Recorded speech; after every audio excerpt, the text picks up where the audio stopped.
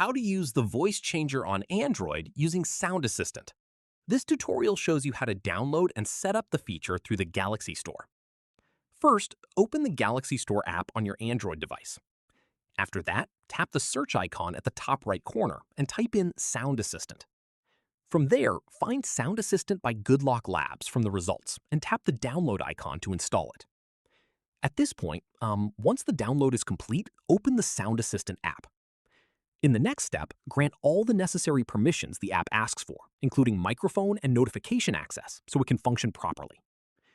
Following this, once you're inside the app, tap on Voice Changer to open the voice changing settings.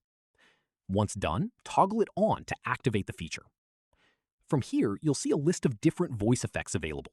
Tap on any of them to hear a preview of how your voice will sound with that effect applied. At this stage, browse through the options and select the one you like the most. Finally, whenever you record audio or make a call with the voice changer toggled on, your voice will automatically be transformed into the sound effect you selected. And that's it. If this guide helped you set up the voice changer on your Android, give it a like, subscribe for more Android tutorials, and tap the bell icon for updates.